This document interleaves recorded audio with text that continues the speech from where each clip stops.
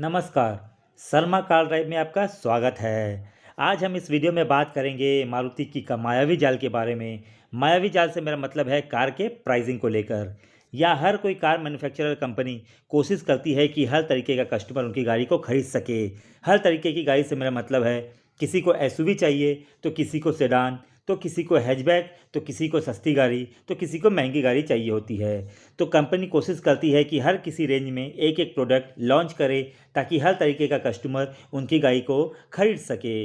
यह हर किसी कंपनी के लिए पहली कोशिश होती है। लेकिन मारुति ने कुछ अलग ही स्ट्रेटजी बना रखी है जो कस्टमर के लिए बहुत ही ज़्यादा कंफ्यूजिंग है, लेकिन मारुति के लिए हर तरह से फ़ायदे ही फ़ायदे हैं। दरअसल मारुति हमेशा अपनी ही गाड़ी के खिलाफ एक नई गाड़ी लॉन्च कर देती है, जिसके कारण कस्टमर कंफ्यूज हो जाते हैं कि यह गाड़ी खरीदे या वह गाड़ी खरीदे। इस वजह से होता क्या है कि कस्टमर मारुति के शोरूम में कोई गाड़ी खरीदने जाता है और ख़रीद कर कोई और गाड़ी ले आता है। इसी को एक एग्जाम्पल के तौर पर समझते हैं।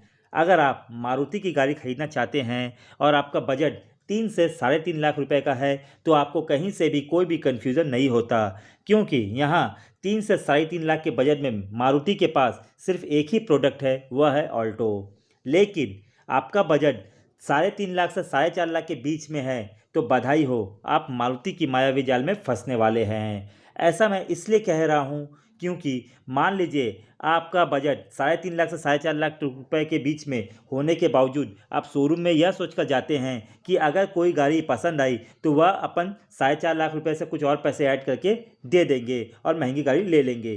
तो यहीं से आप मारुति के मायावी जाल में फंसने लगते हैं, क्योंकि जब आप साढ़े 3 लाख से साढ़े 4 लाख के बजट लेकर ऑल्टो खरीदने शोरूम में जाते हैं, तभी आपको पता लगता है कि मारुति ने एक नई एसयूवी लॉन्च की है, एस्प्रेसो, जो x showroom price New Delhi के हिसाब से 3.85 लाख रुपीज़ से शुरू होकर 5.55 लाख रुपीज़ तक की मिल जाया करती है। एस्प्रेसो में ऑल्टो के कंपैरिजन में ज़्यादा बूट स्पेस मिल जाती है, केबिन में ज़्यादा स्पेस मिल जाती है, सेफ्टी फीचर्स ज़्यादा मिल जाते हैं, ग्राउंड क्लियरेंस ज़्यादा है। मतलब हर मामले में एस्प्रेसो ऑल्टो से बेहतर है उतने ही पैसों में। इस कंडीशन में आपको लगता है कि यार एस्प्रेसो तो काफ़ी अच्छी है, अपन तो लाखों रुपए खर्च कर ही रहे हैं ऑल्टो के लिए, तो थोड़ा और खर्च कर एस्प्रेसो को ही ले लेते हैं, ये एसयूवी भी हो जाएगी। जैसे ही आप अपना बजट बनाते हैं एस्प्रेसो लेने की, तभी आपको पता चलता है कि मारुति की फेमस कार आपको उसी बजट में मिल रही होती है जो कि सेलेरियो है, जिसने मार्केट में पहले से ही अपनी जगह बना रखी है। आपको पता है कि वह गाड़ी कैसी है, उसकी रीसेल वैल्यू कैसी है, आपको पहले से ही सब कुछ पता होता है। जबकि एस्प्रेसो एक नया प्रोडक्ट है, तो आपके माइंड में फिर से एक नया कन्फ्यूज़न शुरू हो जाता है कि एस्प्रेसो जो कि नया प्रोडक्ट है उसे ले या सेलेरियो ले, जो कि मार्केट में पहले से ही राज कर रही है। Celerio x showroom price New Delhi के हिसाब से 5.14 लाख रुपीज़ से शुरू होकर 6.93 लाख रुपीज़ तक की मिल जाया करती है। तो कस्टमर सोचता है कि अपन तो 5.5 लाख रुपीज़ खर्च कर ही रहे हैं एस्प्रेसो के लिए, तो थोड़े और पैसे मिला लेते हैं और एस्प्रेसो से थोड़ी अच्छी गाड़ी खरीद लेते हैं। जैसे ही कस्टमर मूड बना लेता है सेलेरियो खरीदने की, तो वैसे ही उसे पता चलता है कि मारुति के पास उतने ही बजट में काफ़ी फेमस कार वैगन आर मिल रही है। वैगन आर एक ऐसी गाड़ी है जो 4-5 महीनों से भारत में लगातार टॉप 1 सेलिंग कार में आ रही है। इस गाड़ी को कोई कंपटीशन दे ही नहीं पाता, चाहे वो मारुति की ही दूसरी गाड़ी क्यों ना हो। आपके चाचा, मामा, फूफा, ताऊ, पड़ोसी, अड़ोसी, दोस्त, यार, सब में से किसी न किसी के पास या तो ऑल्टो होती है या फिर वैगन आर। तो आपको पहले से ही पता होता है कि यार वैगन आर तो काफ़ी अच्छी गाड़ी है, अगर ख़रीदना है तो आँख बंद करके ख़रीद लो, कहीं से कोई दिक्कत आएगी ही नहीं। और सबसे बड़ी बात, जितने पैसे में आप सेलेरियो ले रहे थे उससे भी कम पैसों में आपको वैगन आर आर मिल रही है। Wagon R 1 litre petrol engine ex showroom price New Delhi के हिसाब से 5.17 लाख रुपीज़ से शुरू होकर 6.57 लाख रुपीज़ तक की मिल जाया करती है। जबकि वैगन आर के हर वेरिएंट में फीचर्स काफ़ी अच्छी तरह से डिस्ट्रीब्यूट किया गया है। सेलेरियो के लोअर वेरिएंट में आपको उतनी अच्छी फीचर्स नहीं मिल पाती, जबकि वैगन आर के लोअर वेरिएंट में सस्ते होने के बावजूद भी आपको ज़्यादा फीचर्स मिल जाते हैं। अगर देखा जाए तो वैगन आर में कंफर्ट और कन्वीनियंस और सेफ्टी के ज़्यादा फीचर्स दिए हुए हैं। तो फाइनली आपके मन में 3 गाड़ियाँ चल रही होती है, एस्प्रेसो, सेलेरियो और वैगन आर। इन तीनों में से कौन से खरीदे या ना खरीदे, क्योंकि इन तीनों गाड़ियाँ लगभग एक ही बजट में आपको मिल रही होती है, बस थोड़ी बहुत ही डिफरेंसेस होती है। और आप जैसे ही वैगन आर को फाइनल करने जा रहे होते हैं, तभी आपको पता चलता है कि मारुति के दूसरे शोरूम नेक्सा में इग्निस भी आपको उतने ही पैसों में मिल रही होती है। जो वैगनआर से काफ़ी हद तक ज़्यादा प्रीमियम रखती है और उसमें 1.2 लीटर पेट्रोल इंजन मिलता है जो कि वैगनआर से ज़्यादा पावरफुल है और ज़्यादा माइलेज जनरेट करता है। X showroom price New Delhi के हिसाब से इग्निस 5.24 लाख रुपये से शुरू होकर 7.61 लाख रुपये तक की मिल जाया करती है। मतलब कि इग्निस की दो वेरिएंट की प्राइसिंग मैच करती है वैगनआर और सेलेरियो के अपर वेरिएंट के प्राइसिंग के साथ। तो आप सोचते हैं कि यार इतने ही पैसों में मुझे इग्निस मिल रही है जो कि वैगनआर और सेलेरियो से काफ़ी प्रीमियम रखती है और जिसके केबिन में सभी गाड़ी से अच्छी स्पेस मिल जाती है, बूट स्पेस अच्छी है, पावर अच्छी है, सबसे ज़्यादा ग्राउंड क्लियरेंस मिल जाती है, राइड एंड हैंडलिंग क्वालिटी भी ज़बरदस्त है, हाईवे पर यह गाड़ी स्टेबल भी रहती है। तो अब उतने ही बजट के अंदर में आपके मन में 4 गाड़ियाँ चल रही होती है।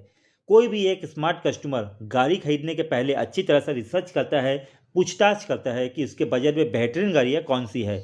लेकिन अगर उसे मारुति की ही गाड़ी खरीदनी होती है तो वह जितनी ज़्यादा रिसर्च करता जाता है उतना ही वह मारुति के माया जाल में फंसता जाता है। लेने आया लेकिन था वो ऑल्टो, बट धीरे धीरे एस्प्रेसो, सेलेरियो, वैगनआर, इग्निस उसके ऑप्शन में जुड़ती चली जाती है और उसे समझ ही नहीं आता कि ये ले या वो ले। ये कन्फ्यूज़न, ये झंझट सिर्फ आपका है, आप समझ लो क्या लेना है क्या नहीं लेना है। लेकिन चारों तरफ से फ़ायदा सिर्फ मारुति का है।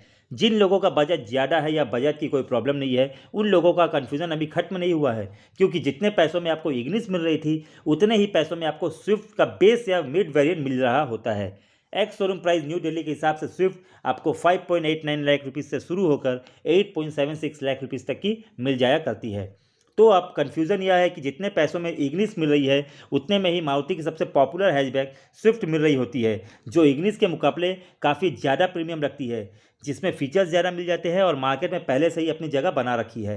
अब फाइनली आप सोचते हैं कि बस अब स्विफ्ट को ही फाइनल करते हैं और स्विफ्ट फाइनल करने के लिए जैसे ही आप मूड बनाते हैं तभी फिर आपको पता चलता है कि 6.13 लाख रुपीज़ से बलिनो मिलना शुरू हो जाती है। मतलब कि जितने पैसों में आप स्विफ्ट खरीदना चाहते थे उतने पैसे में आपको बलिनो का 3 वेरिएंट सिग्मा, डेल्टा और जेटा मिल रही होती है।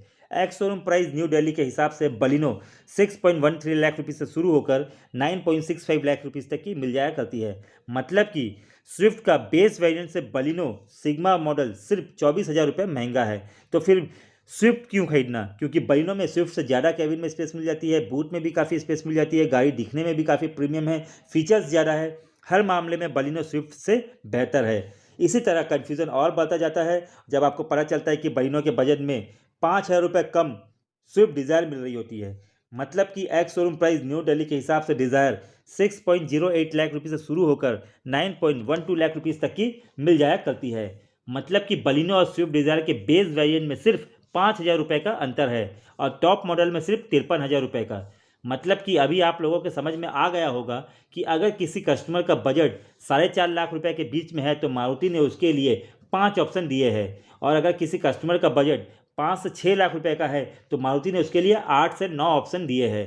ये खरीद लो, वो खरीद लो या जो भी खरीद लो, इतने सारे ऑप्शन में तो आप कोई ना कोई गाड़ी खरीदोगे ही, और ख़रीदने के बाद आपको लगेगा कि आपने एक स्मार्ट डील क्रैक की है। लेकिन असल में जो आपने स्मार्ट डील क्रैक नहीं की बल्कि आपको वहाँ तक ले जाया गया है।